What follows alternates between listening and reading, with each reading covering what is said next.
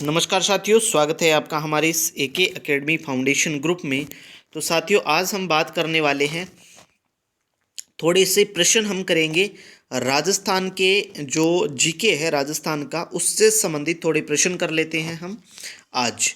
ठीक है, तो सबसे पहला हमारा प्रश्न आता है कि जो नौटंकी है, नौटंकी का जो संबंध है वो निम्न में से किस जिले से है। नौटंकी कौन सी होती है? नौटंकी का मतलब ये होता है कि आपकी जो ख्याल होती है, या हम बोल सकते हैं जो एक लोक कला है, वो नौटंकी होती है। ठीक है, नौटंकी का जो संबंध है वो आपके किस जिले से है? तो नौटंकी का संबंध जो है वो भरतपुर से है। किस जिले से है नौटंकी का संबंध? भरतपुर से है। इसके अलावा यदि आपसे पूछे बहरूपिया कला कहाँ की प्रसिद्ध है, तो बहरूपिया कला जो है वो आपके उदयपुर की प्रसिद्ध है। ठीक है साथियों, उसके बाद में नेक्स्ट नंबर के हम बात करते हैं। नेक्स्ट नंबर का प्रश्न है कि जनजाति बाहुल्य क्षेत्रों में सामाजिक वानिकी को प्रोत्साहन देने व पेड़ों की अवैध कटाई रोकने के लिए संचालित कार्यक्रम कौन सा है? अर्थात जो जनजाति बाहुल्य क्षेत्र है, यानी कि जो टीएसपी एरिया है, उन क्षेत्रों के अंदर सामाजिक वानिकी को प्रोत्साहन देने के लिए, यानी कि जो वन है उनको प्रोत्साहन देने के लिए और पेड़ों की अवैध कटाई को रोकने के लिए वहां पर एक संचालित किया गया है कार्यक्रम। उस कार्यक्रम का नाम बताना है।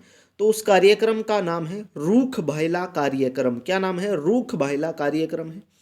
दूसरे नंबर के ऊपर हम बात करते हैं कि जो सास बहू का मंदिर है वो कहाँ पे है। सास बहू का मंदिर कहाँ पे है? तो सास बहू का जो मंदिर है उसे सहस्त्र बाहु का मंदिर भी कहते हैं। अर्थात इसका अर्थ होता है सहस्त्र बाहु। सहस्त्र बाहु का मतलब होता है 7 भुजाएं जिसकी होती है, अर्थात भगवान विष्णु। लेकिन इसको लोगों ने काट काट के क्या कर दिया? सास बहू का मंदिर बना दिया, जो कि कहाँ पे है? नागदा उदयपुर के अंदर आपका पड़ता है। जो सहस्त्र बाहु का मंदिर है वो कहाँ पे पड़ता है? नागदा उदयपुर के अंदर पड़ता है। सास बहू के मंदिर को सहस्त्र बाहु का मंदिर भी कहते हैं। उसके बाद में आता है कि बजट्टी जो आभूषण है वो आपका कहाँ पर पहना जाता है? तो बजट्टी जो आभूषण होता है वो आपके गले के अंदर पहना जाता है। बजट्टी आभूषण गले के अंदर पहना जाने वाला एक आभूषण है।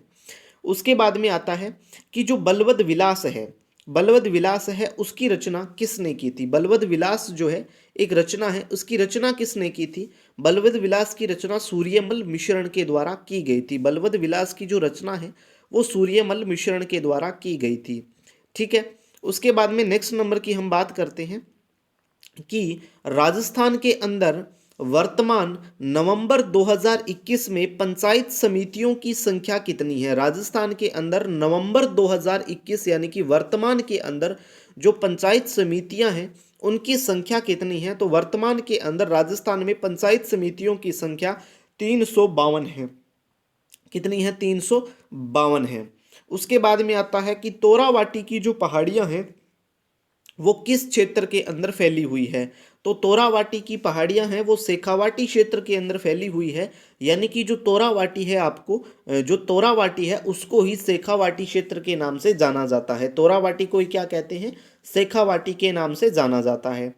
नेक्स्ट नंबर पे आपका आता है कि इसके अंदर सही कथन का आपको चुनाव करना है। सही कथन का आपको चुनाव करना है। पहला ये है कि जब भूमि में लवण या क्षार की मात्रा क्या हो जाती है? बढ़ जाती है। यानी कि जो भूमि है उसके अंदर जब लवण या क्षार की मात्रा बढ़ जाती है तो इसे क्या कहते हैं? ऊसर या रेह मिट्टी कहा जाता है। यहाँ सही, एकदम बात सही है, क्योंकि जो भूमि होती है उसके अंदर जब लवण या क्षार की मात्रा बढ़ जाती है तो उसे ऊसर भूमि, रेह भूमि या लवणीय भूमि के नाम से भी उसको जाना जाता है।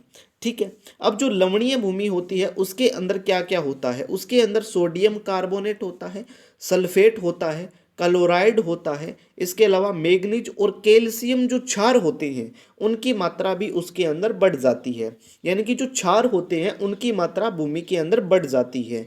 इसके अलावा यदि हम बात करते हैं तो इस प्रकार की मिट्टी जो है वो राजस्थान के अंदर कहाँ पर पाई जाती है? तो इस प्रकार की जो समस्या है वो मिट्टी जोधपुर, पाली, भीलवाड़ा, जयपुर, टोंक और भरतपुर जिले के अंदर जो है वो सबसे ज़्यादा पाई जाती है। इस प्रकार की समस्या ग्रस्त मिट्टी जोधपुर, पाली, भीलवाड़ा, जयपुर, टोंक और भरतपुर जिले के अंदर सबसे ज़्यादा पाई जाती है।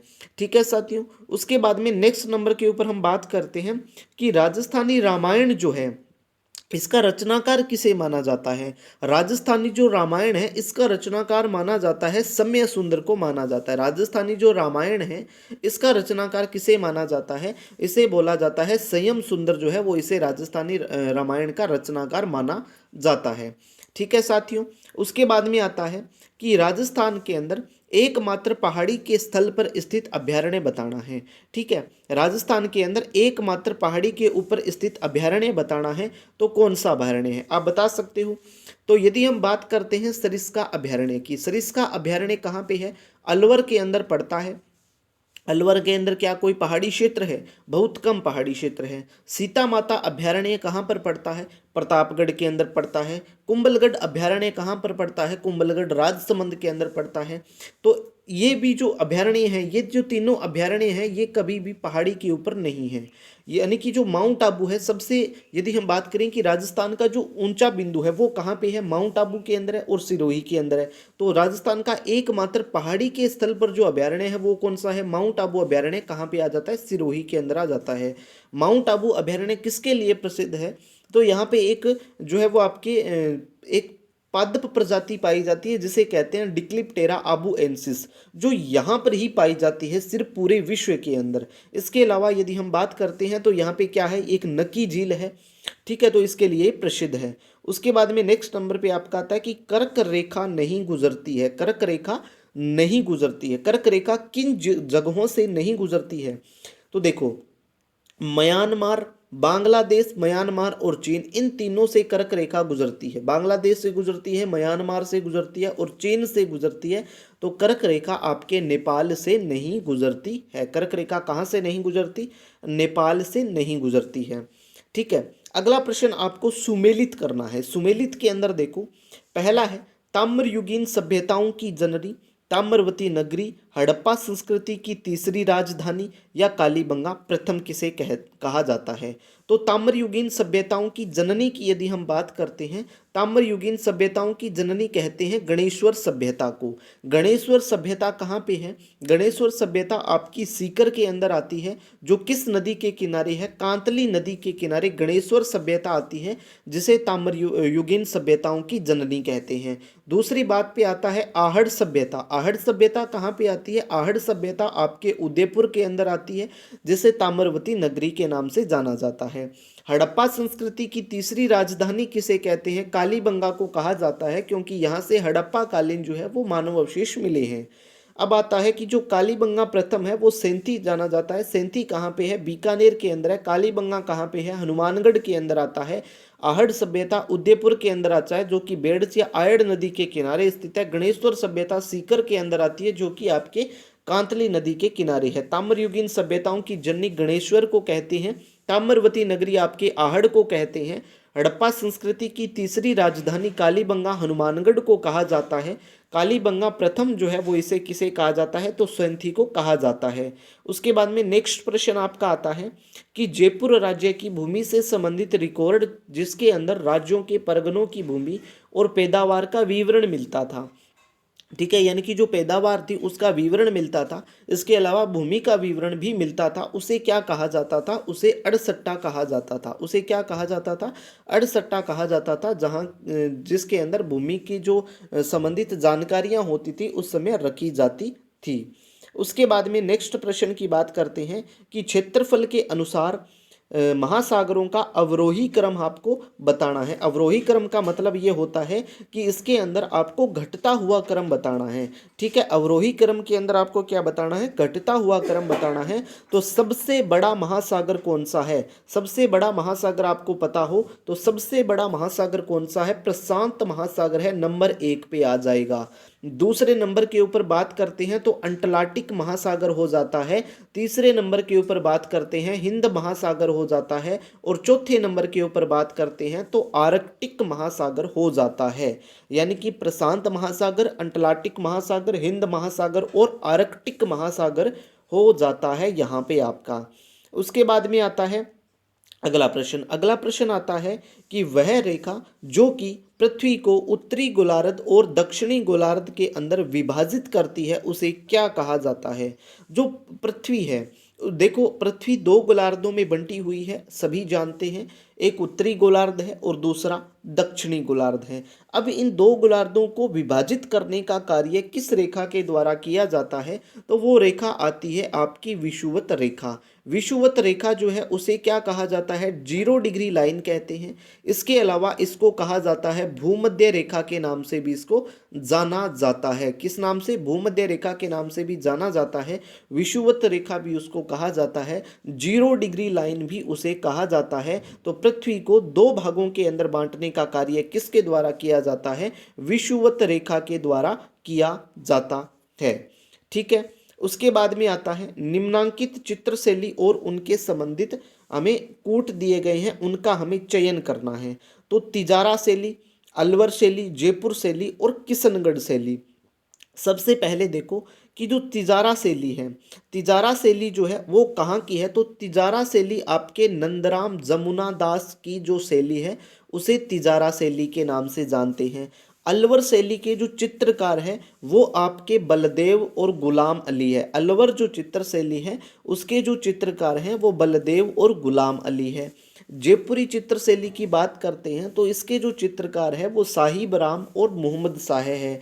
और किशनगढ़ शैली जो है वो इसके चित्रकार मूलचंद और बीकचंद हैं। किशनगढ़ी शैली को क्या कहते हैं, ये अजमेरी शैली है। और इसी के अंदर आपकी जो मोनालिसा है, राजस्थान की जो बनी ठनी है, वो आपके इसी शैली के अंतर्गत आती है। नंबर उसके बाद में आता है कि राजस्थान में निम्न में से कौन से जिले जो है वो मुख्यतः बीहड़ प्रभावित है। तो देखो बीहड़ प्रभावित जिलों की बात करते हैं तो चंबल नदी जहाँ से बहती है ना, वो जिले सारे के सारे बीहड़ प्रभावित हैं। चंबल नदी किन राज्यों से हो, किन जिलों से होकर गुजरती है, तो मुख्यतः कोटा, सवाई माधोपुर और धौलपुर जिलों से होकर के कौन सी नदी गुजरती है, चंबल नदी गुजरती है। तो ये जो 3 जिले हैं आपके क्या है, बीहड़ प्रभावित जिले हैं। उसके बाद में आता है कि निम्न में से कौन सा जोड़ा जो है वो सही सुमेलित है। तो देखो यदि हम बात करते हैं इसके अंदर हमें सही जोड़ा बताना है। सेकंड ए चूरू के अंदर ये बिल्कुल गलत है। थर्ड ए, फोर्थ ए करौली में ये भी गलत है। फर्स्ट ए गंगानगर में ये भी गलत है। तो यानी कि यदि हम बात करते हैं सही सुमेलित कौन सा है, तो थर्ड ए जो है वो आपका कहाँ पे पाया जाता है, दौसा के अंदर पाया जाता है। ठीक है, अगला प्रश्न देखिए। अगला प्रश्न आता है कि नाली नुमा अप्रदन सबसे ज्यादा कहाँ पर पाया जाता है, तो नाली नुमा अप्रदन सबसे ज्यादा पाया जाता है कोटा के अंदर। अब नाली नुमा अप्रदन आप याद रखें कि जहां से चंबल नदी गुजरती है ना, चंबल नदी के द्वारा सबसे ज्यादा अवनालिका अप्रदन जो होता है वो चंबल नदी के अपवाह क्षेत्र के अंदर ही होता है। तो चंबल नदी जहां से गुजरती है यानी कि कोटा से चंबल नदी गुजरती है, तो यहीं से क्या होता है कि आपके नाली नुमा अप्रदन होता है। अगला प्रश्न लास्ट है, सिद्धमुख नोहर सिंचाई परियोजना जो है वो किन नदियों का अतिरिक्त पानी प्राप्त होता है। तो सिद्धमुख नोहर सिंचाई परियोजना को किन नदियों का अतिरिक्त पानी प्राप्त होता है, रावी और व्यास नदियों का जो पानी प्राप्त होता है वो किससे प्राप्त होता है, सिद्धमुख नोहर सिंचाई परियोजना को। तो इसी के साथ साथियों उम्मीद करता हूं कि आज का सेशन आपको अच्छा लगा होगा। तो इसी के साथ जय हिंद, जय भारत।